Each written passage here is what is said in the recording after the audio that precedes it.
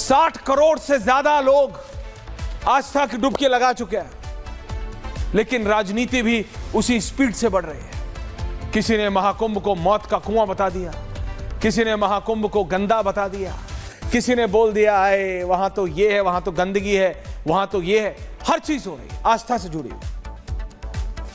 मैं सिर्फ एक बात पूछने की हिम्मत कर रहा हूं आज। ये जो भी राजनेता है, सिर्फ अनुराग भदौरिया नहीं, सिर्फ समाजवादी पार्टी नहीं, ये सभी विपक्षी दल के नेता, क्या ये सपने में भी किसी और धर्म के, पहले तो धर्म कोई और छोड़िए, दुनिया में इससे बड़ा समागम होता नहीं, कोई इससे बड़ा समागम कोई हुआ नहीं, लेकिन क्या ये लोग दुनिया में किसी भी और धर्म, किसी भी और आस्था के इतने बड़े पर्व को के ऊपर टिप्पणी कर सकते हैं? इतने बड़े मेला, वो हुजूम है, वो आस्था का मेला है, जहां लोग कुछ नहीं सोच रहे, सिर्फ ये सोच रहे हैं कि संगम पे डुबकी लगानी है। ये 144 साल में आया है। गांव के गांव आ रहे हैं, कुनबे के कुनबे आ रहे हैं, जिले के जिले आ रहे हैं। वहां आप इस तरह की टिप्पणी करने की हिम्मत भी कर पाते हैं? आप मुझे बताइए, क्या हुआ है किसी और धर्म, सनातन को छोड़ के? है इन राजनेताओं में हिम्मत कि राजनीति या इस तरह की घिनौनी टिप्पणियां देने की हिम्मत तक करें किसी और धर्म के समागम में? नहीं, ये सिर्फ सनातन के साथ होता है, और ये पहली बार नहीं, हर बार होता है। कितने और धर्मों के कितने अलग अलग चीजें होती हैं, दिक्कतें क्या वहां नहीं होती? हर जगह होती हैं, लेकिन आप देखते हैं राजनेताओं को कभी बोलते हुए नहीं। सिर्फ यहां आस्था की, यहां बोलेंगे, सिर्फ सनातन पे बोलेंगे, सिर्फ महाकुंभ पे बोलेंगे, कि जैसे इनसे अगर पूछा जाए तो बड़े से बड़ा नेता भी 2-3 लाख की रैली कर लेने की कुबत, पसीने निकल जाते हैं उसकी एडमिनिस्ट्रेशन टीम के, पार्टियों के पसीने निकल जाते हैं 2-3 लाख की रैली करने में। यहां 1 करोड़ आदमी रोज आ रहा है, एट एन एवरेज 1 करोड़ आदमी रोज आ रहा है, आस्था की डुबकी लगा के जा रहा है, और इन्हें राजनीति करनी है। तो विधानसभा में भी बाबा ने जवाब दिया कि ये जो 63 करोड़ लोग आस्था की डुबकी लगा के गए हैं, ये महत्वपूर्ण क्यों है? जरा सुनिए योगी आदित्यनाथ का ये रिएक्शन, और उसके बाद लेट्स डिबेट। योगी आदित्यनाथ।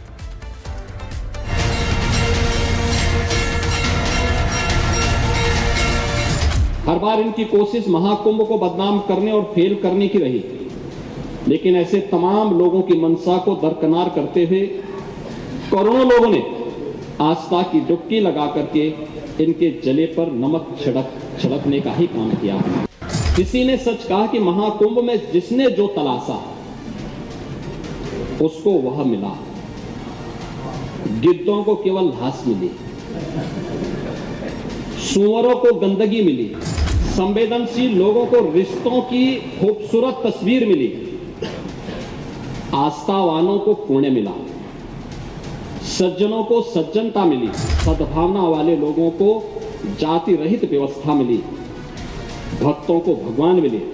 मतलब सबने अपने स्वभाव और चरित्र के अनुसार चीजों को देखा। सद्भावना से नहीं, दुर्भावना से जाएगा तो उसकी दुर्गति भी होगी जरूर, अगर उसने कुंभ में अव्यवस्था पैदा करने का प्रयास किया। आपके समय में मुख्यमंत्री को फुर्सत नहीं थी कि उस आयोजन को देख सकें, उसकी समीक्षा कर सकें, और इसलिए उन्होंने एक नॉन सनातनी को कुंभ का प्रभारी बनाया था। लेकिन यहां पर मैं स्वयं इसकी समीक्षा कर रहा था, लगातार कर रहा था और लगातार कर रहा था। अजय आलोक जी, कांग्रेस के राष्ट्रीय अध्यक्ष कहते हैं मल्लिकार्जुन खड़गे, गंगा में डुबकी लगाने से गरीबी दूर होगी क्या? हर्षवर्धन जी, अफजल अंसारी समाजवादी पार्टी के सांसद कहते हैं स्वर्ग हाउसफुल हो जाएगा। समाजवादी पार्टी के राष्ट्रीय अध्यक्ष अखिलेश यादव कहते हैं ना तो स्वर्ग होता है और ना ही नर्क। आरजेडी के अध्यक्ष लालू प्रसाद यादव कहते हैं फालतू है कुंभ। ममता बनर्जी, अजय जी, हर्षवर्धन जी, ये महाकुंभ नहीं मृत्यु कुंभ है। स्वर्ग हाउसफुल, फालतू, गरीब की डुबकी, महाकुंभ, मृत्यु कुंभ, ये कुछ बचा नहीं उन्होंने। जितनी बेइज्जती और जितनी मतलब घृणा से ये लोग देख सकते हैं उतना देखते हैं, उतनी घृणा से। And I challenge all of these leaders tonight कि क्या इनमें से अजय आलोक जी किसी की हिम्मत भी है, हर्षवर्धन जी, कि किसी और धर्म के समागम पे आस्था इस तरह की टिप्पणी कर सके?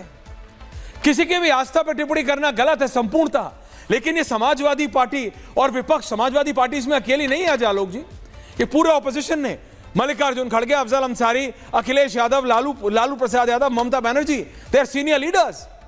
खड़गे साहब, अखिलेश यादव, लालू प्रसाद यादव, ममता बनर्जी, ये चार बड़े नेता हैं विपक्ष के, और इनकी टिप्पणियां, क्या ये किसी और धर्म पे इस तरह की टिप्पणी कर सकते हैं? अजय आलोक जी। ऐश्वर्या जी, देखिए, मैं आज फिर कह रहा हूं कि ये लोग फिर आज थेथराई करने वाले हैं। आपके टीवी शो पर शुरुआती में कह रहा हूं ये फिर थेथराई करेंगे, क्योंकि उनको कोई असर नहीं है। ये भैंस की मोटी चमड़ी है, जितना पानी गिराइएगा सब नीचे बहते चला जाएगा। देखिए, कुंभ में जो गया उसको अपने आंखों की दृष्टि के हिसाब से मिला। आस्थावान लोग को पुण्य मिला, सद्भावना रखने वाले को एक राहत, चैन, सुकून मिली, अपने पूर्वजों को नमन करने का समय मिला, डुबकी लगा के गंगा मैया की आराधना करने का समय मिला। जाति विहीन समाज की एक जगह बनी। हर कोई नहीं जान रहा था कि उसके बगल में किस जाति का लोग खड़ा है, लेकिन सबको एक साथ हिंदू बन के सब नहा रहे थे। तो अपनी अपनी आस्था है। हाँ, फिर देखने वालों को, जो गिद्ध हैं उनको लाशें भी दिख गई, जो सुअर हैं उनको गंदगी भी दिख गई, जो टूरिस्ट बन के गए थे कुंभ में आगे पीछे करने उनको अव्यवस्था भी दिखी। लेकिन श्रद्धालुओं को अव्यवस्था कहीं नहीं दिखी, लेकिन जो टूरिस्ट बन के गए थे ना उनको अव्यवस्था हर जगह दिखती जाएगी। तो ये महाकुंभ था, जब अपने अपने हिसाब से सबको मिला। लेकिन सच्चाई तो ये है, जो आज मुख्यमंत्री योगी आदित्यनाथ जी ने कहा कि इतने बड़े महाकुंभ में, चलिए 145 साल छोड़िए, 12 ही साल में कहता हूँ, 12 ही साल के कुंभ में अखिलेश जी एक सनातनी को ढूंढ नहीं सके उसका इंचार्ज बनाने के लिए, कि गैर सनातनी को कुंभ का इंचार्ज बना दिया? इसका जवाब अखिलेश नहीं देंगे। हाँ, यहां पे शुरू हो जाएगी अभी थेथराई, ढिठाई। अभी जब आप उनको मौका दीजिएगा तो इस कुंभ के बारे में कि हम अव्यवस्था की बात कर रहे थे, श्रद्धालुओं की अव्यवस्था की बात कर रहे थे, इसकी व्यवस्था की। अरे कोई टूरिज्म करने गया था कुंभ में? 63 करोड़ लोग 46 दिन के अंदर टूरिज्म करने जाएंगे? इन लोगों का माथा चढ़ गया है, दिमाग खराब हो गया है।